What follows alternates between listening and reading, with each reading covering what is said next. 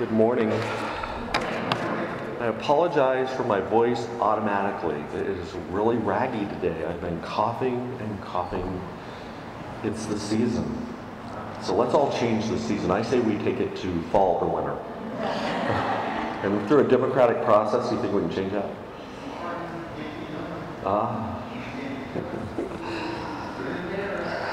This morning's reading has changed from what I had originally thought I would do today. It comes out of Trayvon Martin's murder from the verdict last night. I want to spend just a few minutes speaking regarding last night's guilty verdict, or lack of a guilty verdict in the murder. Many across the world have waited for justice to happen for Trayvon and for Trayvon's family. And I've often seen the justice system fail in regards to the humanity of those murdered. Transgender people in particular have seen the system fail consistently with hung juries or juries simply letting the murderers go based on bias against the transgender individual. We found that in my community it's almost impossible in the current system to gain guilty verdicts anywhere in the United States. People of color are consistently oppressed in the justice system. The system is designed and heavily slanted towards guilty pleas, racial profiling, heavy incarceration times and penalties towards minorities. At the same time, Trayvon's murder keeps our UU principles focused and our vision clear. The work is not done, the oppression continues, and we are the ones to stand on the side of love and proclaim the oppression that it must end. In many cases, we are the only voices that make those proclamations. With our voices, with our Unitarian Universalists as champions of seeking to bring truth and justice where others are unable to be heard, I hope that we'll find peace and a way to seek change in the face of such injustice. I was speaking with Reverend Meg Riley last night about it, and Meg immediately, within minutes, I don't know how people do this, wrote a poem, and I'm going to read that for our reading, but I felt we needed to have some preface. Spirit of love and justice, tonight I'm angry. May my anger burn cleanly, joining the light of so many hearts on fire. May we know the anger as a source of strength, anger that seeks to purify, anger that has as its fuel the power of truth, anger grounded in love. May I live my life so that Trayvon Martin did not die in vain. May my anger give me strength to take action, to stand my own ground, the grounds of compassion, the ground of justice which dwells beyond courts of law and its technicalities, the ground of worth and dignity of every human being. May we live our lives so that Trayvon Martin did not die in vain, so that African American youth are not seen as threatening merely because they exist. May we take steps to bring such a world into vision, concrete steps, particular steps in our own communities. Anger used well is energy for life. Anger turned inwards saps the strength. Anger turned to rage severs real connection. May I use this holy anger well, use my privilege well, use my voice and my strength and my power.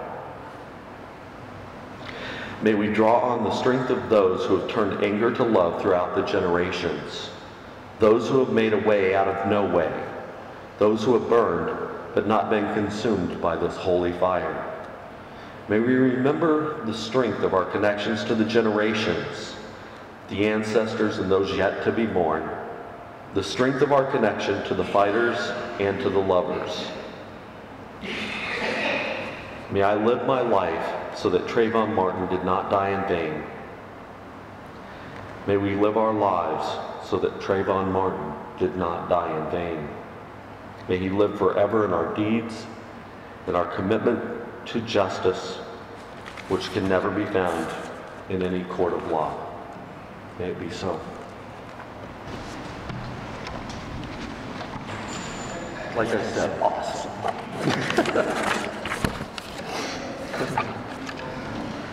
Okay, let me shuffle here. There we go.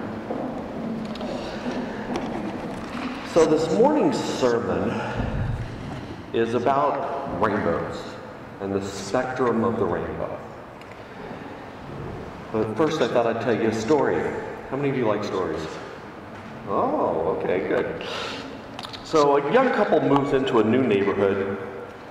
The next morning while they're eating breakfast, the young woman sees her neighbor hanging the wash outside. That laundry's not very clean. She doesn't know how to wash correctly. Perhaps she needs better laundry soap. Her husband looks on, remaining silent. Every time her neighbor hangs her wash to dry, the young woman makes the same comment. A month later, the woman, surprised to see a nice clean wash on the line, says to the husband, "Look, she's finally learned how to wash correctly. I wonder who taught her this." The husband replies, "I got up early this morning and cleaned our windows." And so it is with life. What we see when watching others depends on the clarity of the windows through which we look. Isn't it amazing to me how just a thin film on a window can distort a person's view of everything? Much of our lives are formed by attitudes and views that are derived from really inaccurate visual information. Our windows are dirty, our minds override our common sense. It's almost like quitting Apple and moving to Windows. Almost. It's a whole new learning curve, and honestly, socializations, in my experience, have been pretty tough to figure out and override. So let me spend a few minutes talking about sexual orientation spectrums and gender identity spectrums. I often have this conversation concerning the spectrum of life and windows and laundry, surprisingly, and I don't like doing laundry. For example, at one point in my life, I had an intimate relationship with a dear man who was gay. However, in my relationship, it was established that my gender identity was female, even though I was male-bodied. So was it a gay relationship based on body parts or anatomy? Or was it a heterosexual relationship based on my gender identification? Now, without throwing all the legal nonsense into the mix, because we know how that goes, I think the more important question in my mind was, did we treat each other well? Did we love each other? And did we truly care about each other? I think that was the question that was more important to me. But we all have these labels, and however you want to put a label on it, I had a relationship with a wonderful guy. How do you fix that with a label? The spectrum is enormous when it comes to gender identity. The spectrum is enormous when it comes to sexual orientation.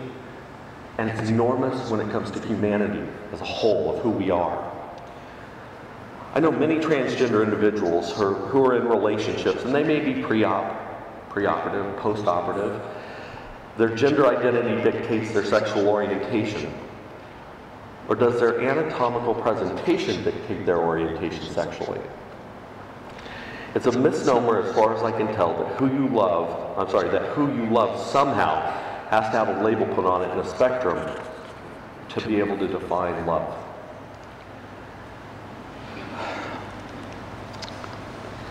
As a bisexual individual, that's me. I'm a bisexual woman. Many people question if it's even possibly to be attracted to the diversity of anatomical genders that exist, which kind of brings up another kind of side note here. In the medical community, we usually get little boxes that say male and female, right? In reality, there are 132 different chromosomal genders that exist. 132 folks.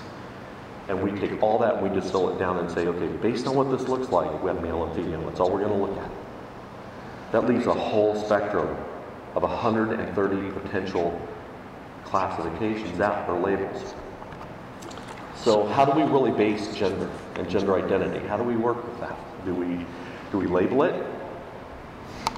I think when we're dealing with windows and our understanding, I think in the past 5 years, I've seen the largest movement towards understanding gender identity that I've ever seen in my life. Living through it has been real hell on earth. Okay? But it's really miraculous to see 6-year-olds coming out, parents being supportive of them, Time magazine running full-page spreads, and all the national media picking it up in a positive light. I'm not saying this is a freak show and this kind of thing. It's very encouraging. And your congregation in particular has been a partner in making that happen. I know a lot of the work that has been done here through conversations and coming over, and you guys do a lot of work in this area, and I appreciate it, and I know others do. Some of the rainbow spectrum is difficult to see. You know, we all know the rainbows, we know the basic color bands, but some of it's a little difficult to see and perceive. For example, a person who may have color blindness may say the blue spectrum in the rainbow doesn't really exist. They can't see it, so therefore it doesn't exist, right? So all of a sudden it's gone. So without necessarily the correct vision on the rainbow spectrum, you may not be able to see all the beauty and all the colors and all the hues. And if we compare that to who we are as people, then I think we need to learn how to sharpen our vision, how to appreciate those hues more, how to clean our windows off.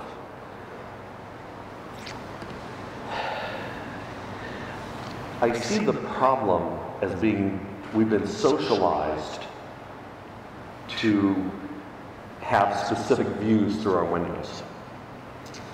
Some of you may know my roommate, Debbie. Debbie's really fun. She's really sorry she couldn't be here today. But Debbie has been a UU for much, much longer than I am. And she had a sermon in a congregation concerning socialization of windows and views. And she stood up and she said, I am racist. I am transphobic. I am heterophobic. I am ageist. For someone who's been in a UU since the early 70s, that astounded me that she would turn around and say something like that. But it is so true, folks. It's so, so true. We're socialized into racism. We're socialized into misogyny. I can't even talk today. We're socialized into the phobias, ageist, and the list goes on and on and on. And societal rules and boundaries and methodologies produce in us reactions that are consistently reinforcing those stereotypes and those biases and prejudices.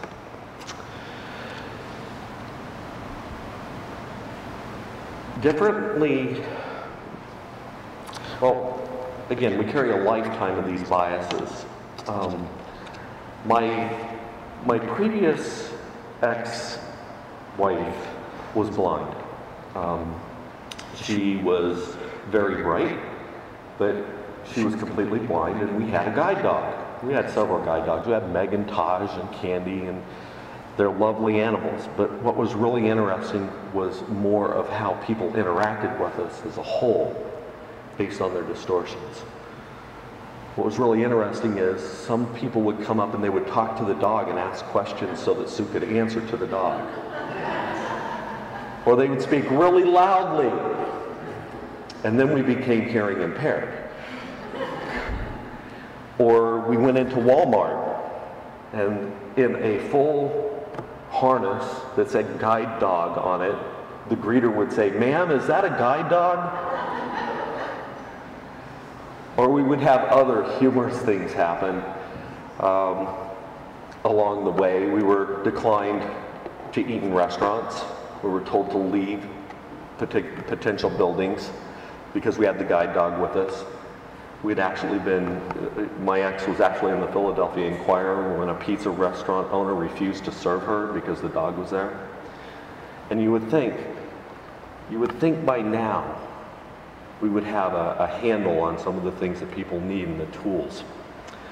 But it's really not true. The filters are still in place, the biases are still in place. I was down in New Orleans last month, speaking at another Unitarian Universalist congregation, and I had the gift really to speak at the State House. And before I had gotten up to speak, they were saying, well, what's your sexual orientation? And I like to be a little flip sometimes. And I said, well, it's queerish. And a gay man came up and said, there is no such thing as queerish. And I said, well, in reality, I'm a bisexual. And he goes, well, honey, you'll choose someday what you really want to be. That was astounding to me, in the fact that we were sitting with about 400 people in a pride march stating we are GLBT.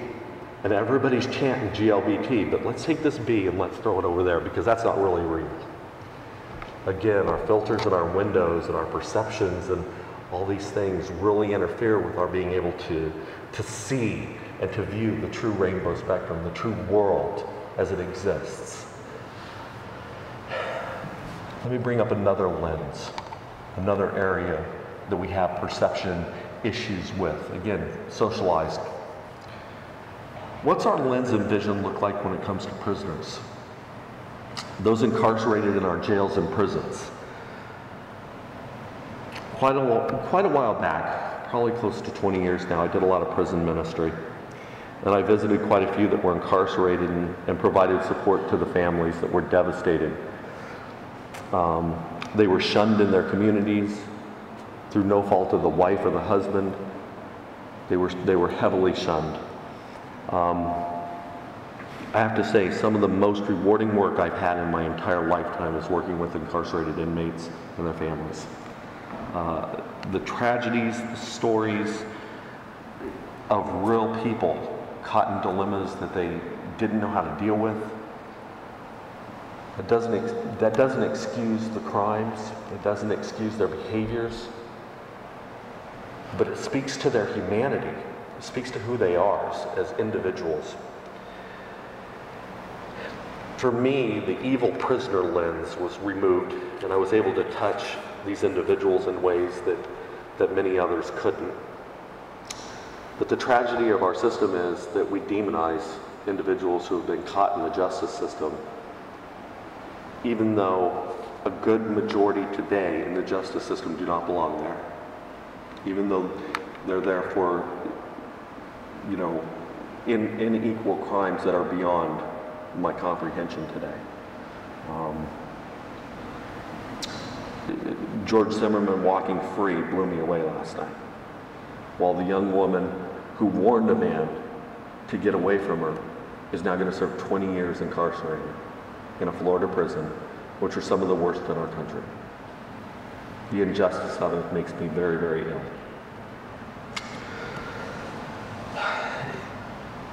Today, the lens of society paints you that if you are arrested, you are guilty.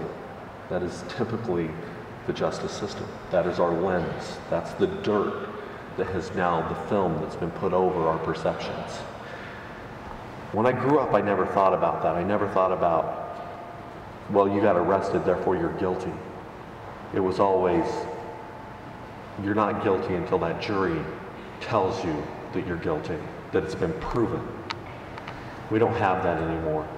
And I really think it's a serious loss for our community and our country. I found in my life that, for me, the only way I can alter these lenses is to really go embrace that which I fear or that I'm uncomfortable with. I can intellectually masturbate to no ending degree in life. I don't know if any of you have that kind of happening in your life where you can overthink things. Are there any of you? Ah. I've noticed you congregations kind of have that flavor occasionally. Society paints some very distorted pictures, and as UUs, I think our job to grow spiritually is to get through those lenses, through those filters, to put down on a daily basis as much as we can the different biases that we have so that we can see the true colors in the rainbow. Not just of gay, lesbian, bi, intersexed, queer individuals, not gender conforming, gender non-conforming, gender identity, sexual orientation. I think our filters are much broader than that. I think we need to look at those who are differently enabled. A person in a wheelchair is a person, they're not the chair. A person with a guide dog is not the dog. I think we need to refine our lenses, but to do that, my experience is we have to immerse ourselves in it. We have to go to the prisons. We have to go to the schools for the blind. We have to go to different locations where we can not become, hey, I'm here to help you, but hey, I'm here really to learn. I want to understand about your life. I want to see you more human every day. I've always loved the first principle. Probably the first thing that brought me to Unitarian Universalism was the first principle. I had never been anywhere in all my travels and someone said, you know, we believe in the inherent worth and dignity of every person. Now that's a large thing to do. That encompasses more than most of us will ever be comfortable with. But to actually see the person for who they are.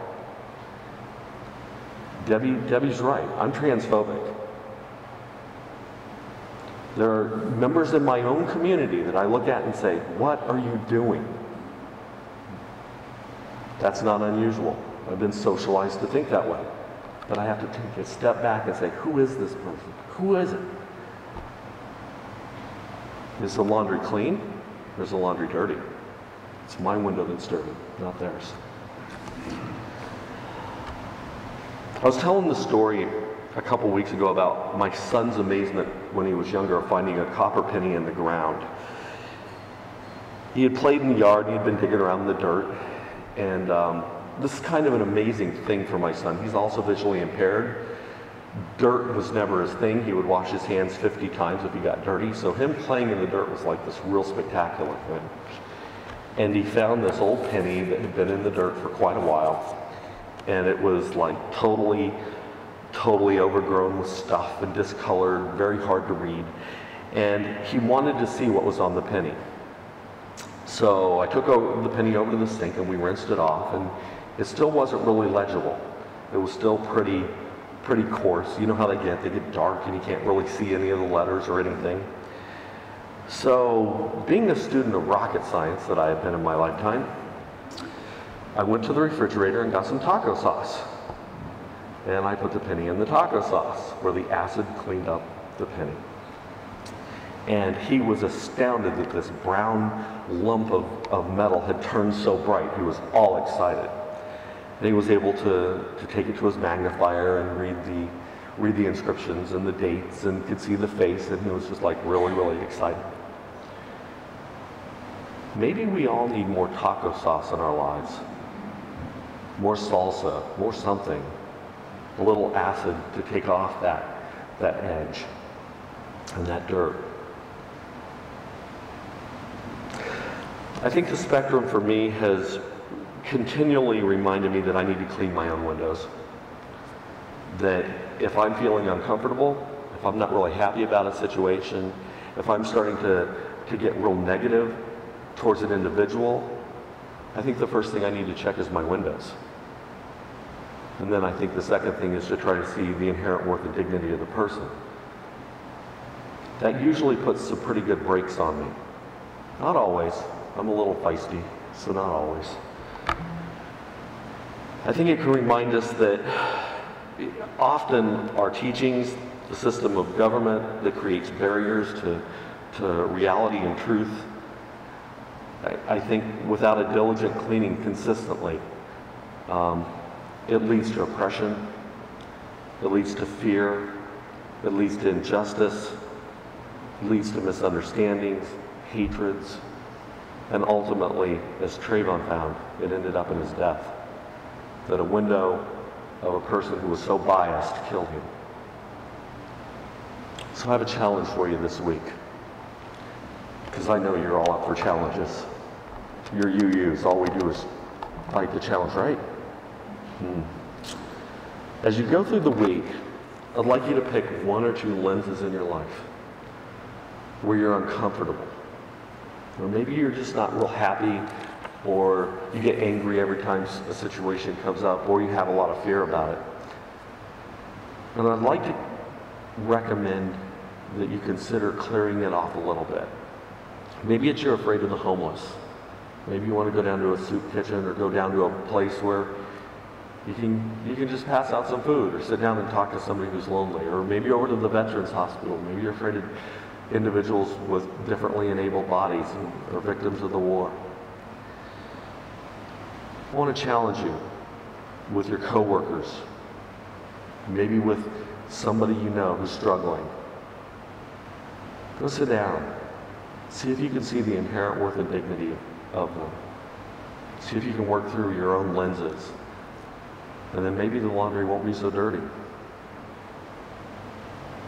May it be so.